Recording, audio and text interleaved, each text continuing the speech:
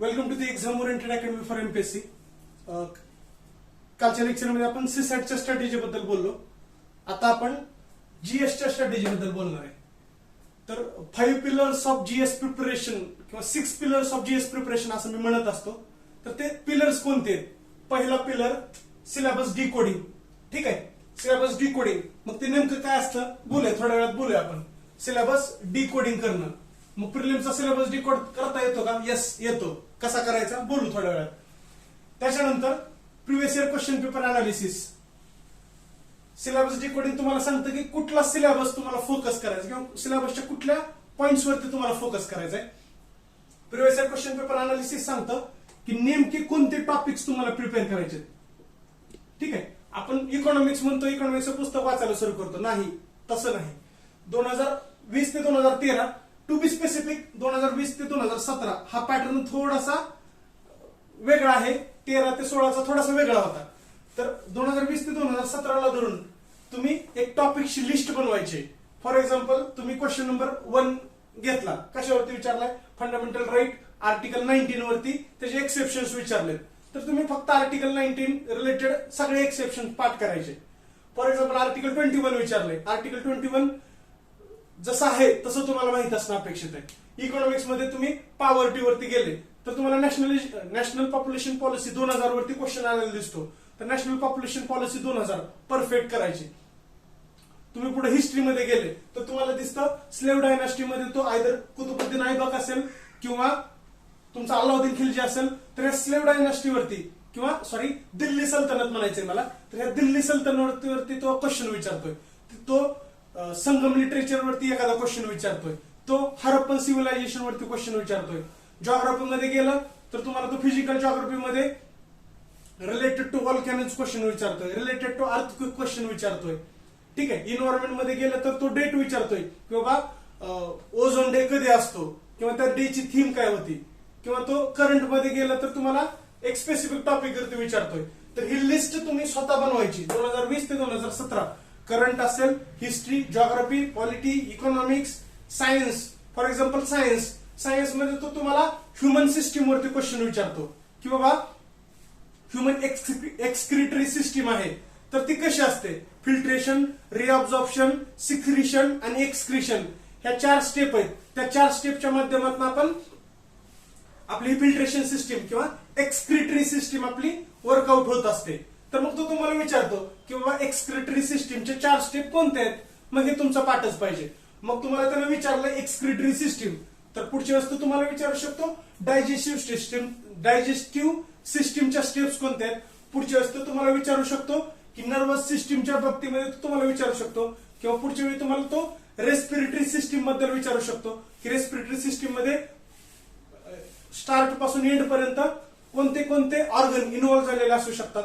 म्हणजे तुम्ही एक क्वेश्चन घ्यायचा आणि त्या क्वेश्चनच्या अनुषंगानं जो टॉपिक आहे त्या टॉपिकचं प्रिपरेशन चांगलं करायचं. इथून पुढं लाईन टू लाईन पुस्तक वाचायचं नाही. लाईन टू लाईन चुकून पण पुस्तक वाचत नाही. पुढच्या 90 दिवसात फक्त टॉपिकचं प्रिपरेशन करायचं. असे टॉपिक्स जे 2020 ते 2017च्या पेपरला तुम्हाला परत परत विचारलेत. पॉवर्टीवरती तो तेंडुलकर कमिटीवरती क्वेश्चन विचारतो. तेंडुलकर समितीबद्दल तुम्हाला सगळं माहित पाहिजे. नॅशनल पॉप्युलेशन पॉलिसी बद्दल तुम्हाला सगळं माहित पाहिजे. पॉलिटीच्या बाबतीत त्यानं गव्हर्नन्स वरती क्वेश्चन विचारायला सुरुवात केली. मग तुम्हाला लक्ष्मीकांत गव्हर्नन्स जे पुस्तक आहे त्यातला पब्लिक पॉलिसी नावाचा टॉपिक परफेक्ट यायला पाहिजे. कारण त्यानं मागच्या वर्षी विचारला क्वेश्चन नॅशनल युथ पॉलिसी आणि त्याच्यामध्ये असलेले क्रायटेरिया विचारला त्यानं. कारण आपल्या सिलेबसमध्ये सिलेबस डिकोडिंग करताना मी बोलेन त्याच्यावरती. गव्हर्नन्स नावाचा टॉपिक आहे, पब्लिक पॉलिसी नावाचा टॉपिक आहे. त्यानं मग मागच्या वर्षी तुम्हाला लगे लाईन एजन्सीवरती क्वेश्चन विचारला. मग सेक्रेटरिएट लाईन एजन्सी असते का स्टाफ एजन्सी असते. सेक्रेटरिएट हे स्टाफ एजन्सी असते हे माहितच पाहिजे. माहित असेल तर क्वेश्चन सुटेल, नाहीतर नाही. म्हणजे तुम्हाला गव्हर्नन्स पण करावं लागेल. त्यामुळं सिलेबस डिकोडिंग खूप जास्त महत्वाचं. तुम्हाला सिलेबस डिकोडिंग सांगतं की कुठल्या एरियावरती तुम्हाला फोकस करायचा आहे. प्रिव्हियस इयर क्वेश्चन तुम्हाला सांगतात की कुठला एरिया प्रायोरिटी बेसिसवरती अभ्यास करायचा आहे. ठीक आहे, सिलेबस मध्ये तर history of India and Indian national movement असं म्हटलंय आणि ब्रॅकेटमध्ये म्हणताना त्यानं with special reference to Maharashtra असं म्हटलंय. ह्याचा अर्थ हिस्ट्री ऑफ इंडिया, अख्ख्या इंडियाची history, ancient, medieval, modern with respect to special respect to Maharashtra म्हटलंय, म्हणजे महाराष्ट्राची परत एन्शियंट, मिडिवल आणि मॉडर्न हिस्ट्री. मग एवढं करत बसायचं का? नाही. प्रायोरिटी आपल्याला काय सांगते? 8 ते 9 क्वेश्चन हे तुमच्या एन्शियंट मिडिवलती येतात आणि 5 ते 6 क्वेश्चन हे मॉडर्न हिस्ट्रीवरती येतात. त्या 5 ते 6 क्वेश्चन मधले 2 क्वेश्चन हे तुमच्या समाज सुधारकावरती असतात. त्यातल्या त्यात डॉक्टर बाबासाहेब आंबेडकर, वीरा शिंदे याच्या पलीकडे अजून क्वेश्चन गेलेलाच नाही. आणि राहिलेले 4 क्वेश्चन मध्ये रिलेटेड टू 1920 टू 1947 ह्या ज्या ही जी इंडियन नॅशनल मुवमेंट झाले किंवा 1885 पासून म्हणा तुम्ही, या काळामध्ये जे काही इंडियन नॅशनल मुवमेंट झाले त्याच्यावरती तो 4 क्वेश्चन विचारतोय. मग त्यातल्या त्यात एखादा गव्हर्नर जनरल वरती क्वेश्चन जातोय. मग तुम्ही काय करायचंय? ज्या आयोगाचा एरिया ऑफ इंटरेस्ट काय आहे त्याला धरून तुम्ही तुमच्या अभ्यासाची प्रायोरिटी ठरवायची. त्याच्यासाठी तुम्हाला हे खूप जास्त कंटिन्युअसली हे पेपर तुमच्या जवळ असायला पाहिजे. म्हणजे तुम्ही फॉर एक्झाम्पल इकॉनॉमिक्सचा अभ्यास सुरू केला. इकॉनॉमिक्स आपल्या सिलेबसलाच नाही, सोशिओ इकॉनॉमिक डेव्हलपमेंट आहे, इन्क्लुजन आहे, पॉवर्टी आहे, डेमोग्राफिक्स आहे, सोशल सेक्टर इनिशिएटिव्ह आहेत, इकॉनॉमिक्स नाहीये. मग तुम्ही काय करायचं? 2020 ते 2013, ठीक आहे, 2020 ते 2013 इकॉनॉमिक्स वरती आयोगाने जेवढे जेवढे टॉपिक्स विचारले, काय विचारलंय? पंचवार्षिक योजनेवरती क्वेश्चन विचारलाय, 5 इयर प्लॅन वरती क्वेश्चन विचारलाय. 5 इयर प्लॅन चांगले करायचे. मग कुठले करायचे? सगळेच करायचे का? नाही. अगोदर 8वा 9वा 10वा 11वा 12वा करायचा. त्याच्यानंतर त्याने जर दुसरा चौथ्यावरती काय विचारलं असेल तर दुसरा चौथा करायचा. म्हणजे जसा आयोगाने विचारलाय तसं करणं अपेक्षित आहे. पुढचा क्वेश्चन त्याने कशावरती विचारलाय? बाबा त्याला क्वेश्चन विचारला आपल्याला डेफिसिट फायनान्सिंग वरती विचारलाय. डेफिसिट फायनान्सिंग म्हणजे काय असतं? प्रिपेअर करून घ्यायचं, ठीक आहे. त्याला क्वेश्चन तुम्हाला इन्फ्लेशन वरती विचारलाय. फक्त इन्फ्लेशन टॉपिक करायचा. इन्फ्लेशन म्हणजे मराठीमध्ये महागाई, तर इन्फ्लेशन टॉपिक करायचा. त्याला तुम्हाला क्वेश्चन विचारलाय सस्टेनेबल डेव्हलपमेंट वरती, तर सस्टेनेबल डेव्हलपमेंट गोल्स तोंडपाठ करायचे. त्याला क्वेश्चन तुम्हाला एमडीजी वरती विचारलाय तर एमडीजी तोंडपाठ करायचे. म्हणजे तुम्हाला थोडक्यात टॉपिकचं प्रिपरेशन करताना रिव्हर्स इंजिनिअरिंग अभ्यास करायचा आहे. रिव्हर्स इंजिनिअरिंग म्हणजे काय? आयोगाचा आलेला क्वेश्चन, तो क्वेश्चन सिलेबसला कुठे टच करतो ते बघायचं आणि त्या क्वेश्चनच्या अनुषंगानं पुस्तकातला टॉपिक रीड करायचा. याला म्हणतात रिव्हर्स इंजिनिअरिंग. कारण इथून पुढं लाईन टू लाईन पुस्तक वाचायला तुमच्याकडे टाइम नाही, ठीक आहे. आणि लाईन टू लाईन पुस्तक वाचून पास होत नसतंय. तुम्हाला कुठंतरी स्मार्ट व्हावं लागेल, ठीक आहे. स्मार्ट, कारण स्पर्धा परीक्षा ही फक्त हार्डवर्कची नाही, याला तुम्हाला स्मार्ट वर्क ची साथ असायलाच पाहिजे. तर ह्या पद्धतीने तुम्ही कमीत कमी वेळेमध्ये मॅक्झिमम प्रिपरेशन करू शकता. आणि जीएसचं प्रिपरेशन 100% कुणाचंच होत नसतं. 6 वर्ष झालं, 10 वर्ष जरी अभ्यास केला तरी 100% प्रिपरेशन कुणाचंच होत नाही. 60 ते 70% अभ्यासाच्या बेसिसवरतीच तुम्ही इथं 100 ते 120 हा ऑन अन एव्हरेज मार्क असतात, तेवढं तुम्हाला पडायला पाहिजे. तुम्ही एक्स्ट्रा ऑर्डिनरी असाल, तुम्ही 2-3 मेन्स दिले असतील, तुम्ही खूप चांगला अभ्यास करताय तर तुमचा स्कोर 140 पर्यंत सुद्धा जीएसला जाऊ शकतो. ऍज सच जीएस आणि सीसॅटच्या मार्कमध्ये कुठलंही लिमिटेशन्स असू शकत नाही. अनलिमिटेड मार्क पडू शकतात. जीएस मध्ये सुद्धा अनलिमिटेड मार्क पडू शकतात, सीसॅट मध्ये सुद्धा अनलिमिटेड मार्क पडू शकतात. पण प्रिलिम्स ही फक्त क्वालिफाईंग नेचरची असते. आपली खरी कसरत ही मेन्स मध्ये असते. मेन्स ही अभ्यासाची परीक्षा असते. तर ओव्हरऑल सिलेबस डिकोडिंग करणं, प्रिव्हियस इयर क्वेश्चन पेपरचं अनालिसिस करणं, त्या अनुषंगानं टॉपिकचं प्रिपरेशन करणं. मग याच्यासाठी तुम्हाला अनालिसिसची पुस्तकं मार्केटमध्ये अवेलेबल आहेत. महेश शिंदे सरांचं ज्ञानदीप अकॅडमीचं पुस्तक शॉर्ट बट स्वीट आहे. छोटी पुस्तकं मला पर्सनली आवडतात, कारण ते जेवढं गरजेचं आहे तेवढं देतात. जी पुस्तकं मोठी असतात त्यांनी कुठनं तरी कॉपी पेस्ट केलेलं असतं. मी कुणावरती टीका करत नाहीये, पण महेश शिंदे सरांनी आणि मोहन देसले सर काहीतरी आहेत ते, त्या दोघांनी हे जे पुस्तक लिहिलंय, जेवढे क्वेश्चनची डिमांड आहे त्याला धरून क्वेश्चनचा अनालिसिस करण्याचा प्रयत्न केलाय. तर हे पुस्तक सोबत असू द्या ऍज अ रेफरन्स म्हणून. अनालिसिस तर तुम्ही स्वतःच करायचं. स्वतः जेवढं वर्कआउट तुम्ही स्वतः कराल तेवढा जास्त फायदा होईल. फक्त रेफरन्ससाठी तुम्ही ज्ञानदीपचं पुस्तक वापरू शकता. पुढं सगळ्यात महत्वाची पुढची स्टेप, सिलेबस डिकोडिंग केला, प्रिव्हियस इयर क्वेश्चन पेपरचं अनालिसिस केलं, टॉपिकचं प्रिपरेशन केलं. तुम्ही चौथी सगळ्यात महत्वाची गोष्ट करायची रिव्हिजन. जी गोष्ट तुम्ही फॉर एक्झाम्पल आज इकॉनॉमिक्सचा अभ्यास करताय, सोशिओ इकॉनॉमिक डेव्हलपमेंट घेतलंय किंवा आज तुम्ही पॉलिटी अभ्यास केलाय, तर दररोजच्या दररोज त्या गोष्टी रिवाइज करायच्या. आणि सगळ्यात महत्वाची गोष्ट टेस्ट सॉल्व्ह करणं. मग टेस्ट कोणत्या सॉल्व्ह करायच्या आणि का करायच्या? एक असतात त्या सेक्शनल टेस्ट असतात आणि दुसऱ्या असतात त्या कॉम्प्रिहेन्सिव्ह असतात. सेक्शनल टेस्ट मध्ये तुमचा स्टेट बोर्डचा कंटेंट कव्हर होतो. ऍज सच स्टेट बोर्ड परत वाचायची गरज पण पडत नाही.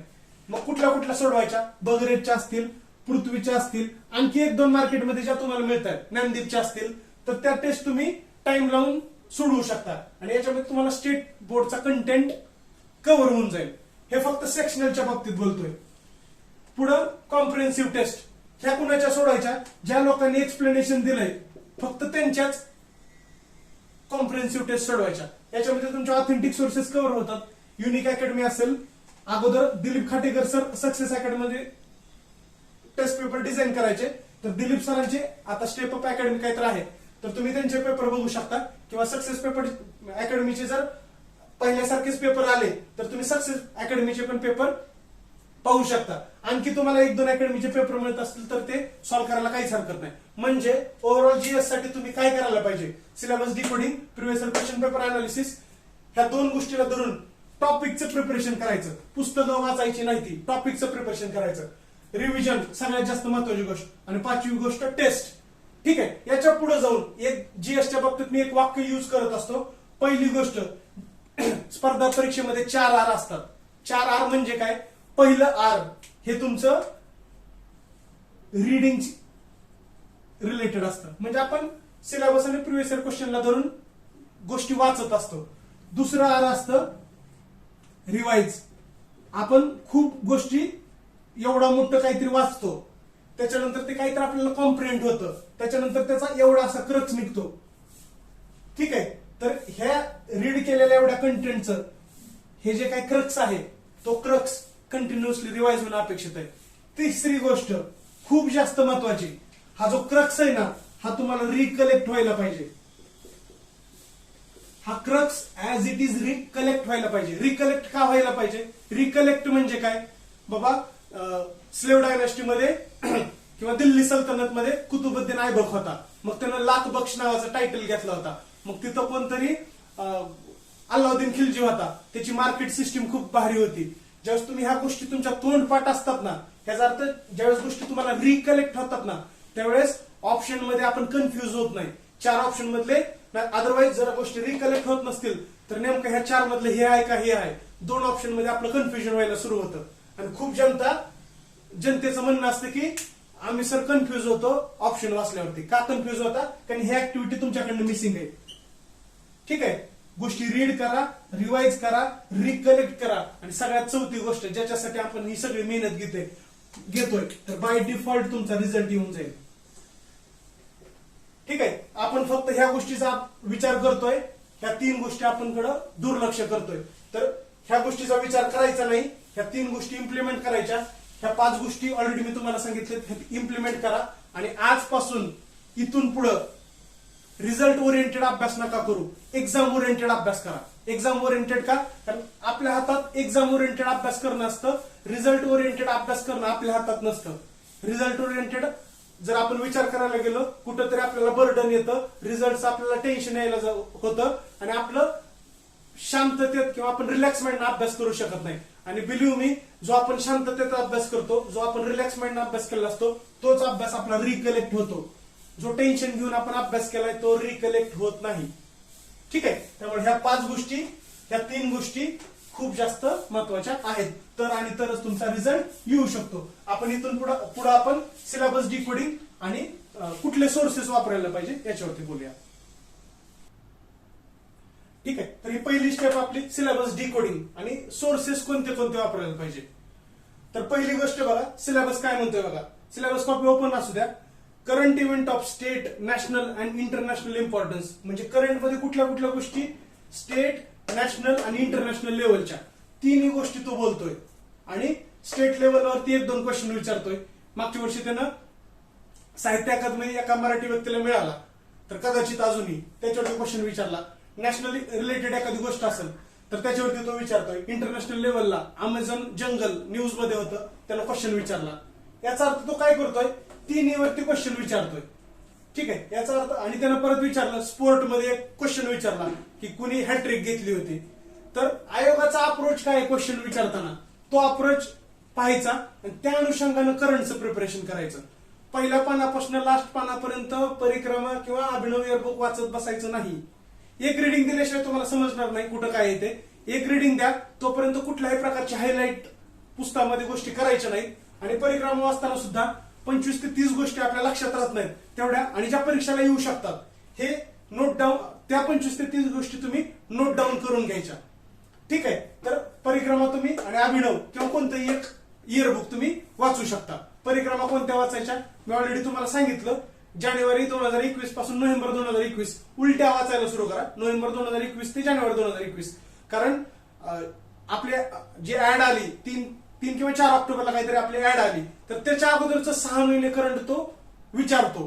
15 पैकी 8 ते 10 क्वेश्चन हे ज्या दिवशी ऍड आली त्याच्या अगोदरच्या 6 महिन्यावरती असतात. त्याच्या पाठीमागच्या 3 महिन्यावरती राहिलेले 2 ते 3 क्वेश्चन आणि एखादा क्वेश्चन रिसेंट वरती तो विचारतो. असं ते बायफर्केशन असलेलं आपल्याला आढळतं. तर परिक्रमा, अभिनव किंवा कोणतंही एक yearbook. Abhinav short but sweet असतं, त्यामुळे तुम्ही ते वाचू शकता. बाकी तुमची इच्छा. मी काही कुणाचंही प्रमोशन करत नाहीये, पण ते पुस्तक खरंच चांगलं असतं. पुढचा पॉइंट आहे history of India with special reference to Maharashtra. INM म्हणजे इंडियन नॅशनल मुवमेंट असं सिलेबसमध्ये त्यांनी डिफाईन केलंय. म्हणजे इंडियाची हिस्ट्री त्यातल्या त्यात with special reference to Maharashtra आणि इंडियन नॅशनल मुवमेंट. याचं क्वेश्चनचं बायफर्केशन बघितलं तर आपल्याला जाणवतं 8 ते 9 क्वेश्चन तो एन्शियंट मिडिवल हिस्ट्रीवरती विचारतो आणि तो 5 ते 6 क्वेश्चन इंडियन नॅशनल मुवमेंट वरती विचारतो. त्यातल्या त्यात इंडियन नॅशनल मुवमेंटच्या बाबतीमध्ये तो ऑलरेडी मागच्या लेक्चरमध्ये तुम्हाला बोललो मी 1885 ते 1947 किंवा गांधीयन पिरियड जो 1920 पासून 1947 पर्यंत होता, त्या पिरियडवरती तो क्वेश्चन विचारतो. तर लुसंट जनरल नॉलेजचं पुस्तक, लुसंट GK येलो कलरचं पुस्तक आहे. हे पुस्तक त्याच्यासाठी बेस्ट आहे. बिलीव्ह मी 2018 पासून एन्शियंट मिडिवल वरती जे काही 9 क्वेश्चन असतात ते 7 ते 8 क्वेश्चन माझे बरोबर येतात. फक्त एवढं पुस्तक मी वाचतो. लुसंट जनरल नॉलेज, एन्शियंट मिडिवल असेल, इव्हन मॉडर्न हिस्ट्री सुद्धा त्या पुस्तकामध्ये खूप चांगली दिलेली. त्याच्या पलीकडं हिस्ट्रीसाठी काहीच नाही वाचलं तरी चालतंय. लुसंट जनरल नॉलेजच्या पलीकडे हिस्ट्रीसाठी काहीच नाही वाचलं तरी चालतंय. फक्त लुसंट जनरल नॉलेज मध्ये दिलेली प्रत्येक गोष्ट तुमची तोंडपाठ पाहिजे. अदरवाईज जर तोंडपाठ होत नसेल तर तोंडपाठ करण्याचा प्रयत्न करा. याच्या पलीकडे हिस्ट्रीसाठी काहीच नाही वाचलं तरीही चालतंय. सोबत आपण सेक्शनल टेस्टचे पेपर सोडवतोय, सोबत आपण कॉम्प्रिहेन्सिव्ह टेस्ट सोडवतोय. त्याच्यामध्ये तुमच्या हिस्ट्रीचे काही क्वेश्चन कव्हर होणार आहेत, त्याच्यामध्ये तुमचे state board by default cover होणार आहेत. प्लस तरीही तुमची इच्छा असेल नुसतं एक पुस्तक वाचून कसं व्हायचं असं वाटतं आपल्याला. मी पर्सनली ह्याच्या व्यतिरिक्त हिस्ट्रीसाठी काहीच करत नाही. टिल तुमच्यासाठी जर तुमची इच्छा असेल तर कोळंबे सरांचं किंवा महाजन सरांचं, समाधान महाजन सरांचं, या दोन्हीपैकी कोणतंही एक पुस्तक तुम्ही वाचू शकता. दोन्हीपैकी कोणतंही एक. नाही वाचलं तरी चालतंय, पण लुसंट तोंडपाठ पाहिजे. महाराष्ट्राची हिस्ट्री वाचायची नाही, फक्त प्रिव्हियस इयर क्वेश्चन ज्या आयोगाने विचारलेत ते पाहून घ्यायचे. मग कुठले 21,000 25,000 आपल्याकडे पुस्तकं आहेत, तर त्याच्यातली सगळे महाराष्ट्राची हिस्ट्रीवरती आलेले क्वेश्चन पाहून घ्यायचे. नाही केलं तरी चालतंय.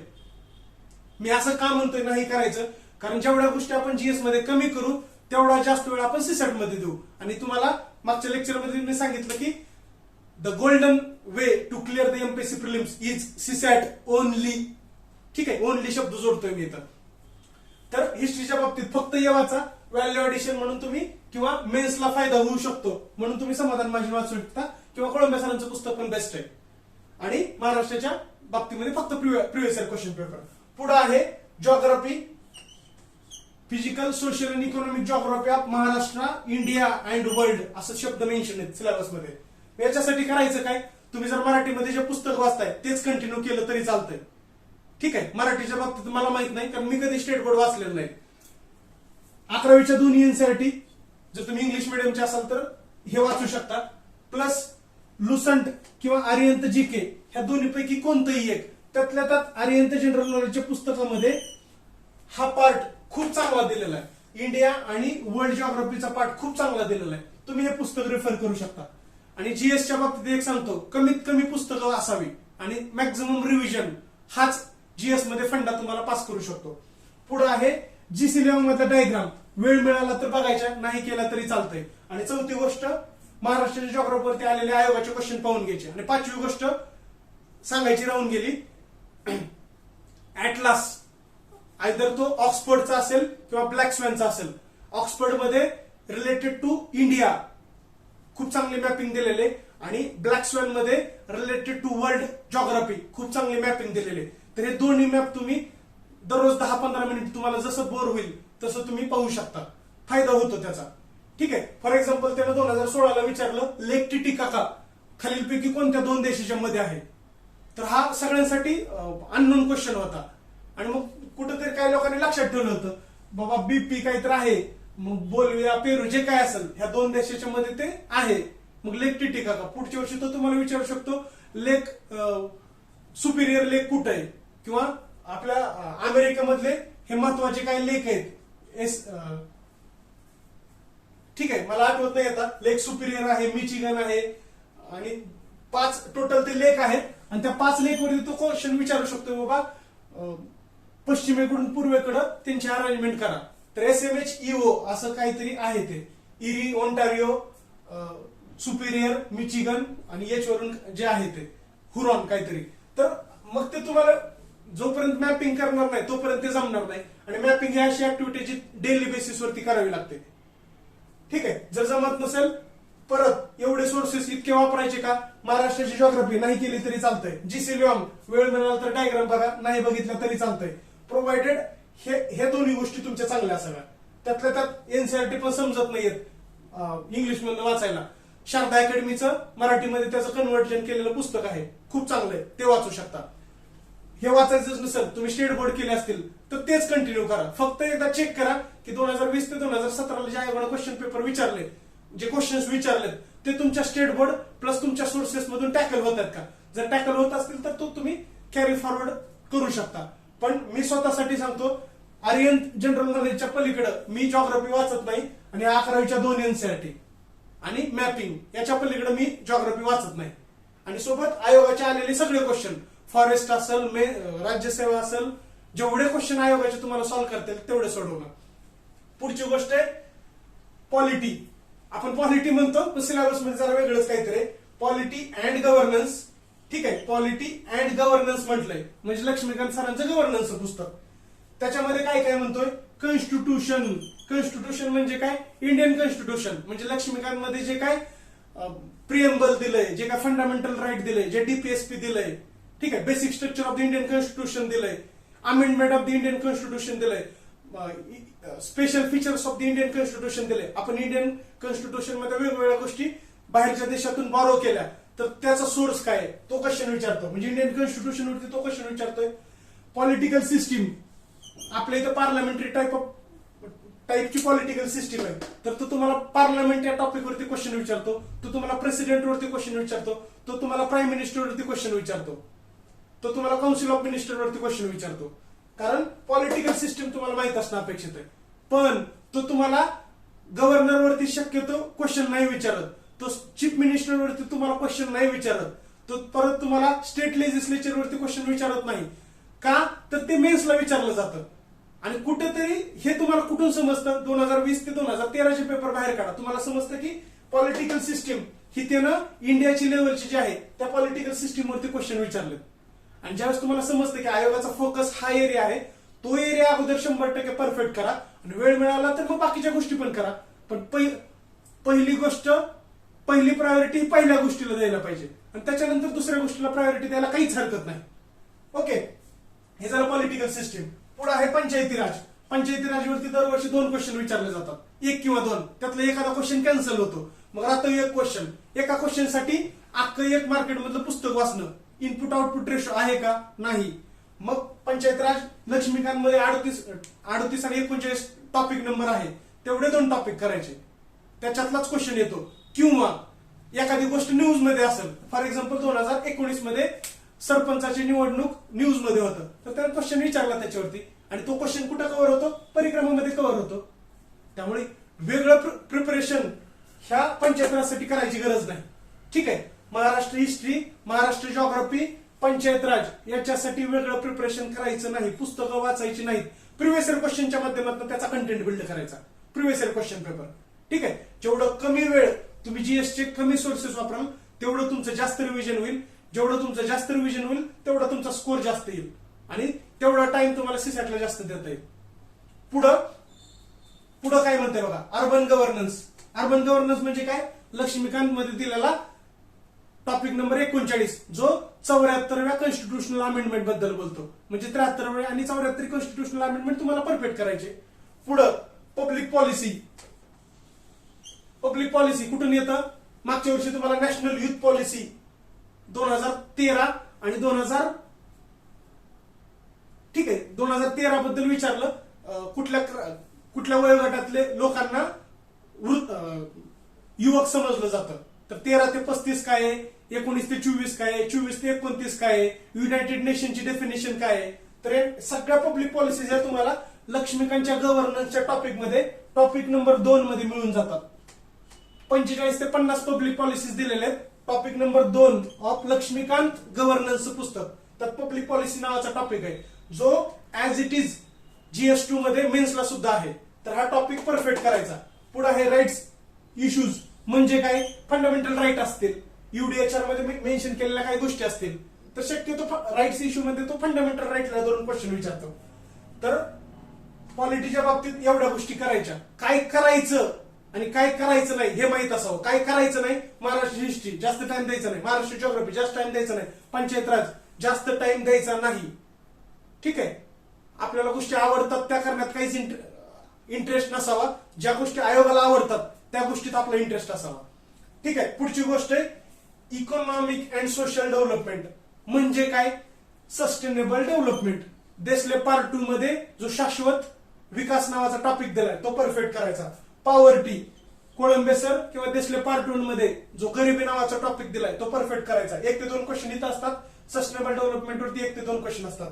इन्क्लुजन, समावेशन. इन्क्लुजनला मराठीत काय म्हणतात, समावेशन. तर जे काय प्रिव्हिलेज्ड घटक आहेत, जे काय मागासलेले लोक आहेत, मागासलेले घटक आहेत, त्यांना मेन स्ट्रीम मध्ये आणण्यासाठी इन्क्लुजनसाठी कोणत्या स्कीम गव्हर्नमेंटनं सुरू केल्या, ज्या देसले पार्ट 2 मध्ये तुम्हाला मिळतात त्या तुम्हाला परफेक्ट करायच्या. देसले पार्ट 2 मध्ये समावेशन नावाचा टॉपिक आहे किंवा फायनान्शियल इन्क्लुजन नावाचा एक घटक असतो, आर्थिक समावेशन. तर मग नरेंद्र मोदी गव्हर्नमेंटची एक स्कीम आहे, फॉर एक्झाम्पल प्रधानमंत्री जनधन योजना. मग तो तुम्हाला विचारतो प्रधानमंत्री जनधन योजना कधी सुरू झाली, 28 ऑगस्ट 2015, पाठच पाहिजे. ठीक आहे, मग इन्क्लुजन हा टॉपिक चांगला करायचा. पुढचा टॉपिक आहे डेमोग्राफिक्स. मग तो तुम्हाला दरवर्षी क्वेश्चन विचारतो. नॅशनल पॉप्युलेशन पॉलिसी 2000, त्याचे महत्वाच्या गोष्टी, इमिडिएट गोल काय होते, मिडियम टर्म गोल काय होते, ठीक आहे, किंवा फायनल त्याचं गोल काय होतं. तर हे तिन्ही गोल तुम्हाला माहित असावे. प्लस 1911 पासून ते 2011 पर्यंत ह्या आपल्या पॉप्युलेशन मध्ये, लोकसंख्येमध्ये सेक्स रेशोचा ट्रेंड काय आहे किंवा लिटरसीचा ट्रेंड काय आहे, चाइल्ड सेक्स रेशोचा ट्रेंड काय आहे, हे सगळे ट्रेंड तुम्हाला माहित असावे. आणि हे कुठून कळतं तुम्हाला, हे प्रिव्हियस इयर क्वेश्चन वरतं कळतं की आयोग कुठल्या टाईपचा क्वेश्चन विचारतोय. किंवा रुरल मध्ये लिटरसी किती वाढली, अर्बन एरियामध्ये किती वाढली, टोटल 2001 आणि 2011च्या जे काय पॉप्युलेशन पॉलिसीज आहेत किंवा पॉप्युलेशन सेन्सस अवेलेबल आहेत त्याच्यामध्ये डिफरन्स काय, त्याच्यावरती तो क्वेश्चन विचारतोय. पुढे टॉपिक आहे social sector initiative. Social sector initiative शी रिलेटेड असलेल्या महत्वाच्या योजना, त्या योजना इथं कव्हर करायच्या. आणि पुढे तो म्हणतोय etcetera, end of thinking capacity. असं नसतंय, ते एक्सेट्रा असतंय. ठीक आहे, इथं ते लिहितात कारण एवढेच टॉपिक तुम्ही करणं अपेक्षित आहे. मग सोबत याच्या व्यतिरिक्त करायचे नाही का, नाही असं नाही, करायचे की. 5 इयर प्लॅन वरती त्यांना क्वेश्चन विचारलाय, करायचा. इन्फ्लेशन वरती विचारलाय, करायचा. अजून 2-3 टॉपिक आहे ज्याच्यावर त्यानं क्वेश्चन विचारलाय, तेवढं टॉपिक करायचं. पुढचा टॉपिक आहे इन्व्हायरमेंट. आणि त्याने ब्रॅकेटमध्ये म्हटलंय this do not require special, this topic do not require specialisation. ह्याचा अर्थ इन्व्हायरमेंट वरती विचारले जाणारे क्वेश्चन हे साधे सोपे सरळ असतात. 5 क्वेश्चन असतात, त्यातला एखादा क्वेश्चन तो ओझोन डे कधी विचारतो, तो विचारतो मॉन्ट्रियल प्रोटोकॉल कधी सुरू झाला, ओझोनला होल कधी पडलं. तर एक छोटस कुठलंही पुस्तक तुम्ही जर केलं तर इन्व्हायरमेंट तुमचं कव्हर होऊन जातं. फक्त तुम्हाला इन्व्हायरमेंटच्या बाबतीत एक क्रोनॉलॉजी माहित असावी. बाबा ओझोन रिलेटेड 1985 मध्ये ओझोनला होल पडलं, मग 1987 ला आपण मॉन्ट्रियल प्रोटोकॉल घेऊन आलो, मग त्याच्यानंतर आपण आणखी 1997 ला क्योटो प्रोटोकॉल घेऊन आलो, मग त्याच्यानंतर आता आपण किगाली घेऊन आलो. मग हे सगळं तुम्हाला असं तोंडपाठ पाहिजे पाहिजे. फक्त हेडलाईन वरती क्वेश्चन विचारतो तो, आणि त्याला सांगितले की स्पेशलायझेशन नकोय मला, आणि हे मग तुमचं बऱ्यापैकी टेस्ट पेपर मध्ये कव्हर होतं आणि परिक्रमामध्ये कव्हर होतं, किंवा मग मार्केटमधलं कुठलंही एक पुस्तक तुम्ही वापरू शकता. फक्त याच्यात स्पेशलायझेशन करायचं नाही हे लक्षात ठेवावं. त्यातलं एक छोटं पुस्तक आहे भस्मे का भस्के नावाच्या व्यक्तीचं, जर ते भेटलं तर ओके, अदरवाईज घोरपडे सरांचं पुस्तक किंवा युनिक अकॅडमिक पुस्तक किंवा सुमन सोलंकी सरांनी 2 ते 3 टॉपिक दिलेत. ज्ञानदीपचं फिजिकल जिओग्राफीचं पुस्तक आहे, त्याच्यामध्ये सुमन सोलंकी सरांनी 2 टॉपिक इन्व्हायरमेंट रिलेटेड दिलेत, तेवढेच 2 टॉपिक करा. ठीक आहे. त्याच्यानंतर जनरल सायन्स इन्व्हायरमेंट रिलेटेड परत एकदा सांगतो, महाराष्ट्राची हिस्ट्री, महाराष्ट्राची जिओग्राफी, पंचायत राज, इन्व्हायरमेंट ह्या टॉपिकला जास्त इनपुट देण्यात काहीच अर्थ नाही. ह्याचा अर्थ ते सोडून द्यायचे असं पण होत नाही. प्रिव्हियस इयर क्वेश्चन पेपर असतील किंवा टेस्ट पेपर असतील, याच्यातून तो त्याचा कंटेंट बिल्ड करणं अपेक्षित आहे. पुढं जनरल सायन्स, जे की जनरल नसतं, अवघड असतं. याच्यासाठी लुसंट जनरल नॉलेजचं पुस्तक, लुसंट सायन्सचं पुस्तक नाही. लुसंट जनरल नॉलेज मध्ये जेवढा physics, chemistry, biology related content आहे तो तोंडपाठ करा. फक्त हे तोंडपाठ करत असताना एक गोष्ट लक्षात ठेवा, प्रिव्हियस इयर क्वेश्चन पेपरला धरून टॉपिकचं प्रिपरेशन करा. आणि तोंडपाठ गोष्टी प्रिपेअर करणं ह्याचा लिटररी मिनिंग न घेता गोष्टी परत परत वाचा, त्या बाय डिफॉल्ट तुमच्या तोंडपाठ होऊन जातील. आणि जर तुम्हाला इंग्लिशमध्ये प्रॉब्लेम असेल तर तुम्ही भस्के सरांचं पुस्तक वाचू शकता. हे पर्सनली मी 2015 ला एकदा वाचलं होतं, पुस्तक खूप चांगलं आहे. पण जर तुम्हाला लुसंट जनरल नॉलेजचं पुस्तक चांगलं समजलं तर तुम्हाला कुठल्याही सोर्सकडे आणखी वेगळ्या जायची गरज नाही. तर ओव्हरऑल सीसॅट आणि जीएसचे सोर्सेस, ओव्हरऑल स्ट्रॅटेजी याच्याबद्दल आपण बोललो. तुम्ही तुमचा अभ्यास चांगला करत राहा. सीसॅटच्या बाबतीत किंवा प्रिव्हियस इयर क्वेश्चन पेपर चॅनल्सच्या बाबतीत मला जसा वेळ मिळेल तसे मी एखादा कोर्स किंवा एखादा लेक्चर घेत राहीन आणि तसं ते आपल्या ऍप वरती मी ते अपलोड करत राहीन. सध्याच्या घडीला माझ्या डोक्यात एक प्लॅन आहे की सीसॅटचे जे 2020 ते 2013 पेपर झालेत त्याच्यातला मॅथ्स अँड रिझनिंग आणि डिसिजन मेकिंगचा जो काय पार्ट आहे त्याच्यावरती एक छोटासा कोर्स लॉन्च करायचा, जेणेकरून 30-40 सेकंदात कसा एखादा प्रॉब्लेम सोडवायला पाहिजे आणि कमीत कमी वेळेत डिसिजन मेकिंग आपण कसं टॅकल करायला पाहिजे याच्यावरती मी तुम्हाला त्या कोर्समध्ये सांगेन. सध्याच्या घडीला माझ्या बाजूने एवढंच. बाकी चांगला अभ्यास करत राहा आणि जर काय असतील तर आपल्या ग्रुपवरती त्या नोटिफिकेशन टाकल्या जातील. Thank you very much.